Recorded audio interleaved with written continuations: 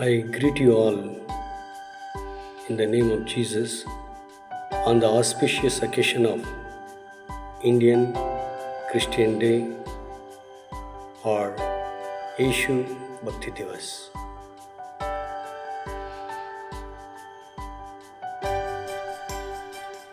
First of all, Indian Christian Day. It was celebrated as Saint Thomas, one of the 12 disciples of Jesus Christ, martyrdom day. He came to India in 52 AD and proclaimed the love of Jesus, the gospel of Jesus. And in the year 72 AD, he became martyr for the sake of Jesus Christ. Now, from 3rd July 2021, it is being celebrated as Indian Christian Day.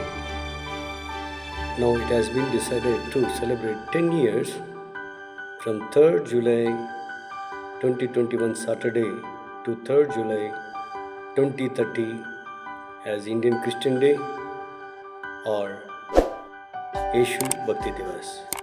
On this special occasion,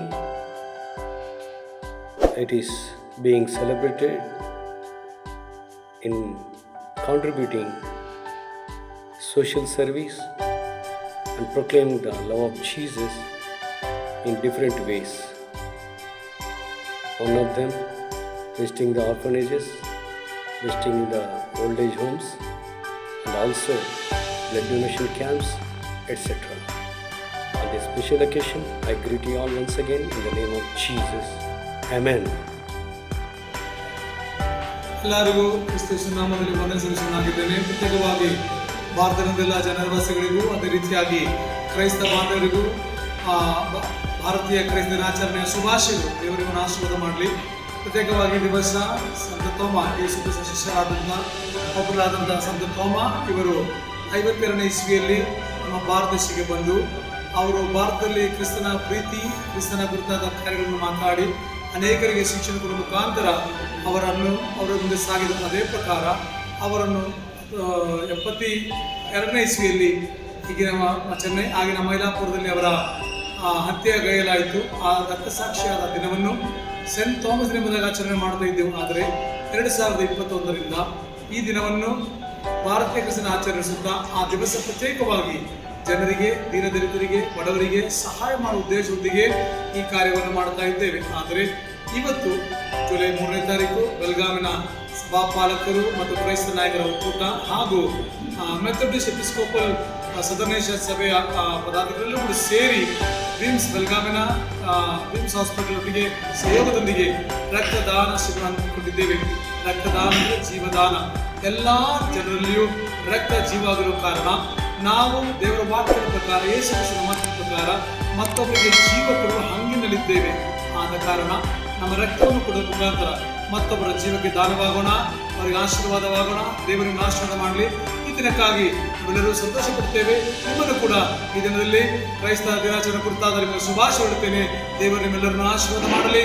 ಬರುವ ದಿನಗಳಲ್ಲಿ ಒಳ್ಳೆಯದನ್ನು ಮಾಡೋಣ, ಯೇಸು ಕ್ರಿಸ್ತನ ನಾಮವನ್ನು ಸಾರೋಣ. ದೇವರು ನಮಗೆ ಸಹಾಯ ಮಾಡಲಿ. Thank you. God bless you. ಕರ್ತನ ಪರಿಶುದ್ಧವಾದ ನಾಮಕ್ಕೆ ಸ್ತೋತ್ರ ಉಂಟಾಗಲಿ.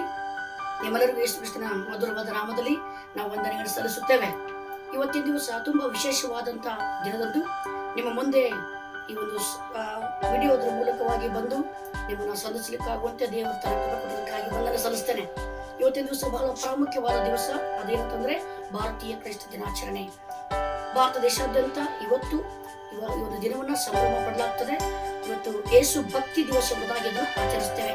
ಯಾಕೆ ಇದನ್ನು ನಾವು ಭಾರತೀಯ ಕ್ರೈಸ್ತ ದಿನವನ್ನಾಗಿ ಈ ಒಂದು ದಿನವನ್ನು ಆಚರಿಸ್ತಾ ಇದೀವಿ ಅಂದ್ರೆ, ಕ್ರಿಸ್ತ ಶಕ 52ನೇ ವರ್ಷದಲ್ಲಿ ಸಂತ ತೋಮನು, ಯೇಸು ಸ್ವಾಮಿ ಶಿಷ್ಯರಲ್ಲಿ ಒಬ್ಬನಾಗಿರುವಂತಹ ಸಂತ ತೋಮನು ಕೇರಳದ ಪ್ರದೇಶಕ್ಕೆ ಬಂದು ತನ್ನ ಸೇವೆಯನ್ನು ಪ್ರಾರಂಭಿಸುತ್ತಾನೆ. ನಮ್ಮ ಭಾರತ ದೇಶಕ್ಕೆ ಬಂದು ಅವರು ಕೇರಳದ ಪ್ರದೇಶದಲ್ಲಿ ಅವರ ಸೇವೆಯನ್ನು ಪ್ರಾರಂಭಿಸಿ ಸೇವೆ ಮಾಡ್ತಾ ಕ್ರಿಸ್ತ ಶಕ 72ನೇ ಇಸ್ವಿಯಲ್ಲಿ ಈಗಿನ ಚೆನ್ನೈ, ಆಗಿನ ಮೈಲಾಪುರ ಎಂಬ ಸ್ಥಳದಲ್ಲಿ ಅವರು ಸೇವೆ ಮಾಡ್ತಾ ಇರುವಾಗ ಅವರು ರಕ್ತ ಸಾಕ್ಷಿಯಾಗಿ ಅವರು ಹುತಾತ್ಮರಾಗಿ ದಿನವನ್ನ ಇಡೀ ಕ್ರೈಸ್ತ ಸಮುದಾಯ ಸಂತ ಥಾಮಸ್ ಅವರ ದಿನ ಎಂಬುದಾಗಿ ಇಲ್ಲಿಯವರೆಗೂ ಆಚರಿಸ್ತಾ ಇತ್ತು.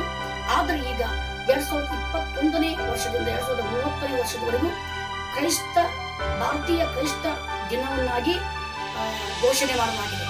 ಈ ಒಂದು ದಿನದಂದು ಎಲ್ಲ ಕ್ರೈಸ್ತ ಸಮುದಾಯದವರು ಸಾಮಾಜಿಕ ಕಾರ್ಯವನ್ನ ಮಾಡುತ್ತಾ ಈ ಒಂದು ದಿನವನ್ನ ಸಂಭ್ರಮಿಸುತ್ತಾರೆ.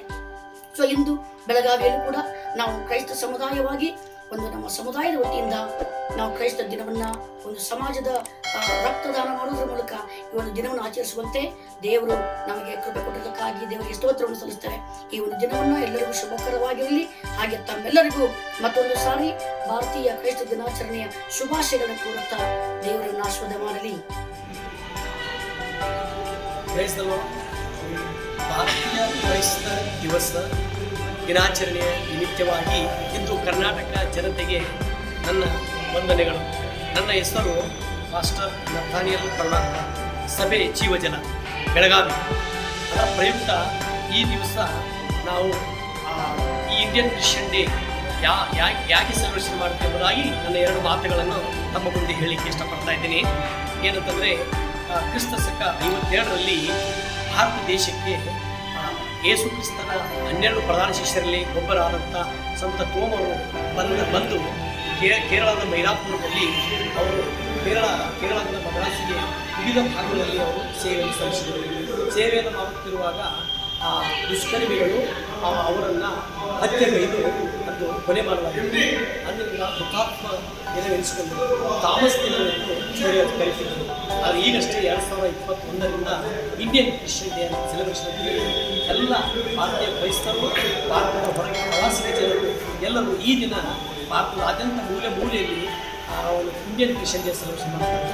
ಮತ್ತೊಂದು ಸಾರ್ತಿ ನಿಮ್ಮೆಲ್ಲರಿಗೂ ಯೇಸು ಕ್ರಿಸ್ತ ನಾಮದಲ್ಲಿ wish you happy Indian Christian day. God bless you. ಎಲ್ಲ ಜನರಿಗೂ ಭಾರತೀಯ ಕ್ರೈಸ್ತ ದಿವಸದ ಶುಭಾಶಯಗಳು. ಎಲ್ಲರಿಗೂ ಗೊತ್ತಿರುವ ಹಾಗೆ ಈ ದಿವಸ ನಾವು ಇಂಡಿಯನ್ ಕ್ರಿಶ್ಚಿಯನ್ ಡೇ ಅಂತ ಆಚರಿಸ್ತಾ ಮಾಡ್ತಾ ಇದ್ದೇವೆ. ಕಾರಣ 12 ಅಪೊಸ್ತಲರಲ್ಲಿ ಯೇಸುವಿನ ಶಿಷ್ಯರಲ್ಲಿ ಒಬ್ಬರಾಗಿರ್ತಕ್ಕಂಥ ತೋಮನು ಭಾರತ ದೇಶಕ್ಕೆ ಬಂದು ಜೀವವುಳ್ಳ ವಾಕ್ಯಗಳನ್ನು ಸಾರಿ ರಕ್ಷಿ ಸಾಕ್ಷಿ ಆದನು ಅಂತಕ್ಕಂಥದ್ದನ್ನು ನಾವು ಅನೇಕ ಬಾರಿ ನೋಡಿದ್ದೇವೆ, ಹೇಳಿದ್ದೇವೆ. ಆದರೆ ಆ ರಕ್ತ ಸಾಕ್ಷಿಯಾದ ದಿವಸದಿಂದ ಇಲ್ಲಿಯವರೆಗೂ ಭಾರತದಲ್ಲಿ, ನಮ್ಮ ಭಾರತ ದೇಶದಲ್ಲಿ ಸುವಾರ್ತೆಯು ಸಾರುವುದಕ್ಕಾಗಿ ನಮಗೆ ಅನೇಕವಾಗಿದೆ. ಅದೇ ರೀತಿಯಾಗಿ ಸತ್ಯವನ್ನು ತಿಳಿದುಕೊಳ್ಳುವುದಕ್ಕಾಗಿ ನಮಗೆ ಸಹಾಯವಾಯಿತು. ತೋಮನು ಒಬ್ಬನು ಅಂದರೆ ಕ್ರೈಸ್ತರು ಮೂಲಕವಾಗಿ ನಮ್ಮ ದೇಶದಲ್ಲಿ ಅನೇಕ ರೀತಿಯಾದ ಕಾರ್ಯರೂಪಕ್ಕೆ ಬರುವುದಕ್ಕೆ ಸಾಧ್ಯವಾಯಿತು. ಅದು ಎಲ್ಲ ವಿಷಯಗಳಲ್ಲಿ ಸಾಹಿತ್ಯ, ಶಿಕ್ಷಣ, ಆರೋಗ್ಯ, ಕ್ರೈಸ್ತರ ಕೊಡುಗೆ ಬಹಳ ಅಪಾರವಾದದ್ದು. ತೋಮನು ಮಾಡಿದಂತಹ ಒಂದು ಕಾರ್ಯ ಭಾರತ ದೇಶಕ್ಕೆ ಬಂದಂತಹ ಒಂದು ರೀತಿಯಿಂದ, ವಿಧಾನದಿಂದ ಆತನು ಭಾರತ ದೇಶದಲ್ಲಿಯೇ ರಕ್ತ ಸಾಕ್ಷಿಯಾಗಿದ್ದರಿಂದ ಭಾರತ ಬರುವ ದಿವಸಗಳಲ್ಲಿ ಉಜ್ಜೀವನವಾಗುವುದರಲ್ಲಿ ಯಾವುದೇ ಸಂಶಯವಿಲ್ಲ. ಅನೇಕರು ಕ್ರೈಸ್ತರಾಗುವುದಕ್ಕಾಗಿ ಅವನು ರಕ್ತ ಸಾಕ್ಷಿಯಾದಂತೆ ನಮ್ಮ ದೇಶದಲ್ಲಿ ಅನೇಕರು ರಕ್ತ ಸಾಕ್ಷಿಯಾಗುವುದರಲ್ಲಿ ಸಂಶಯವೇ ಇಲ್ಲ. ಯೇಸುವಿನಲ್ಲಿ ಪ್ರೀತಿಯ ಜನರೇ, ಯೇಸುವಿನಲ್ಲಿ ಹೆಚ್ಚಾದ ನಂಬಿಕೆಯಿಡಿರಿ, ವಾಕ್ಯದಲ್ಲಿ ಹೆಚ್ಚಾಗಿ ಬೆಳೆಯಿರಿ, ಸತ್ಯವನ್ನು ತಿಳಿದುಕೊಳ್ಳಿರಿ, ಸುವಾರ್ತೆಯನ್ನು ಸಾರಿರಿ, ಸತ್ಯ ಸಂದೇಶವನ್ನು ದೇಶದಾದ್ಯಂತ ತಿಳಿಸಿಕೊಡಿರಿ. ಪ್ರತಿಯೊಂದು ಹಳ್ಳಿ ದೇಶ ಪಟ್ಟಣಗಳಿಗೂ ಈ ದಿವಸ ಕ್ರೈಸ್ತ ದಿವಸದ ಒಂದು ಆಚರಣೆಯ ಸಂಬಂಧವಾಗಿ ನಾವು ನೋಡ್ತಾ ಇದ್ದೇವೆ. ತಲುಪುವುದಕ್ಕಾಗಿ ನಾವೆಲ್ಲರೂ ಸಹ ಅದಕ್ಕೆ ಕಾರ್ಯ ಮಾಡಿ ದೇವರ ರಾಜ್ಯವನ್ನು ಕಟ್ಟುವುದಕ್ಕೆ ನಾವು ಸಹ ಅದರಲ್ಲಿ ಪಾತ್ರವಹಿಸೋಣ, ಭಾಗವಹಿಸೋಣ. ನಿಮ್ಮೆಲ್ಲರೂ ಜೊತೆಯಲ್ಲಿ ನಾವು ಇರ್ತೇವೆ, ನಮ್ಮೆಲ್ಲರ ಜೊತೆ ನೀವು ಹೇಗೆಂದು ಆಶಿಸ್ತಾ ಈ ಒಂದು ಕ್ರೈಸ್ತ ದಿನಾಚರಣೆ ಕುರಿತಾಗಿ ನನ್ನ ಸಂದೇಶವನ್ನು ಕಳಿಸ್ಕೊಡ್ತಾ ಇದ್ದೇನೆ. Thank you so much.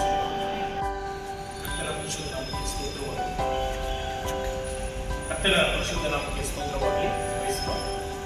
ಆತ್ಮೀಯ ದೇವಿ ಜನರೇ, ಈ ದಿನ 3 ಜುಲೈ 2015 ಭಾರತೀಯ ಕ್ರೈಸ್ತ ದಿನಾಚರಣೆಯ ನಾವು ನಿಮ್ಮೆಲ್ಲರಿಗೂ ಶುಭವನ್ನು ಕೋರ್ತಾ ಇದ್ದೇವೆ. ಎಲ್ಲ ಸಭೆಯ ಪರವಾಗಿ ನಾನು ಆಶ್ರಯಿಸುವ ಜೀಸಸ್ ಸಭೆ ನಿಮ್ಮೆಲ್ಲರಿಗೂ ಶುಭಾಶಯಗಳನ್ನು ತಿಳಿಸ್ತಾ ಇದ್ದೇನೆ. ಇಂಡಿಯನ್ ಕ್ರಿಶ್ಚಿಯನ್ ಡೇ ಇದು ಸಂತ ತೋಮರು ಭಾರತದಲ್ಲಿ ಬಂದು 52ನೇ ಇಸ್ವಿಯಲ್ಲಿ ಅವರು ಸುವಾರ್ತೆಯನ್ನು ತೆಗೆದುಕೊಂಡು 72ನೇ ಇಸ್ವಿಯಲ್ಲಿ ಅವರು ಮೃತರಾದಂಥ ಆ ದಿನವನ್ನು ನಾವು ಭಾರತೀಯ ಕ್ರೈಸ್ತ ದಿನವೆಂಬುದಾಗಿ ಘೋಷಣೆ ಮಾಡಿ 2021ರಿಂದ 2030ರವರೆಗೂ ಘೋಷಿಸಲ್ಪಟ್ಟು ಇಂಡಿಯನ್ ಕ್ರಿಶ್ಚಿಯನ್ ಡೇ ಭಾರತೀಯ ಕ್ರೈಸ್ತ ದಿನಾಚರಣೆ ಯೇಸು ಭಕ್ತಿ ದಿವಸವಾಗಿ ನಾವು ಆಚರಿಸ್ತಾ ಇದ್ದೇವೆ. ಇದರ ಅಂಗವಾಗಿ ನಿಮ್ಮೆಲ್ಲರಿಗೂ ಶುಭಾಶಯಗಳನ್ನು ತಿಳಿಸ್ತಾ ಇದ್ದೇವೆ. ದೇವರು ನಮಗೆ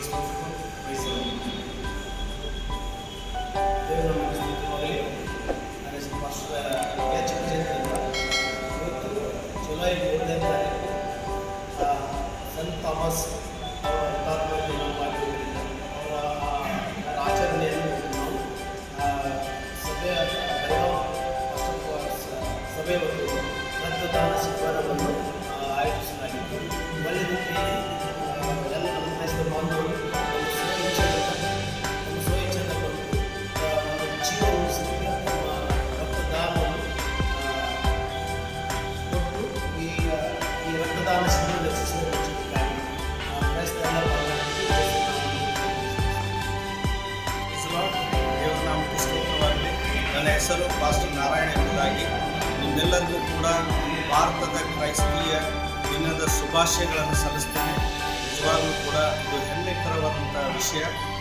ನಾವೆಲ್ಲರೂ ಕೂಡ ಭಾರತೀಯ ಕ್ರೈಸ್ತರು ದೇವರ ಮಕ್ಕಳಾಗಿದ್ದುಕೊಂಡು ಈ ದೇಶದಲ್ಲಿ ಅನೇಕ ರೀತಿಯಾದಂಥ ಕಾರ್ಯಗಳನ್ನು, ಉತ್ತಮವಾದ ಕಾರ್ಯಗಳನ್ನು ಮಾಡೋದಕ್ಕಾಗಿ ದೇವರು ನಮ್ಮನ್ನು ಆರಿಸಿಕೊಂಡಿದ್ದಾರೆ, ಬಲಪಡಿಸಿದ್ದಾರೆ, ತಮ್ಮ ಕೃಪೆಯಲ್ಲಿ ನಡೆಸ್ತಾರೆ. ಮೊದಲನೇದಾಗಿ ಸಂತ ತೋಮಾ ಅವರು ಭಾರತ ದೇಶದಲ್ಲಿ ಬಂದು ತಮ್ಮ ಸುವಾರ್ತೆಯ ಆರಂಭವನ್ನು ಮಾಡಿದರು. ಅದು ಎಷ್ಟೋ ವರ್ಷಗಳಿಂದ ಈ ಒಂದು ನಮ್ಮ ದೇಶದಲ್ಲಿ ಅನೇಕ ರೀತಿಯಾದಂಥ ಶುಭ ಆಶೀರ್ವಾದಕ್ಕೂ ಮತ್ತು ಐಕ್ಯತೆಗೂ ಕಾರಣವಾಗಿದೆ. ದೇವರು ಎಲ್ಲ ರೀತಿಯಾದಂಥ ಭಾರತ ದೇಶದಲ್ಲಿರುವಂಥ ಜನರನ್ನು ಆಶೀರ್ವದಿಸಲಿ, ಬಲಪಡಿಸಲಿ. ಈ ಭಾರತೀಯ ಕ್ರೈಸ್ತ ದಿನಾಚರಣೆಯ ಶುಭಾಶಯಗಳನ್ನು ಎಲ್ಲರಿಗೂ ಕೂಡ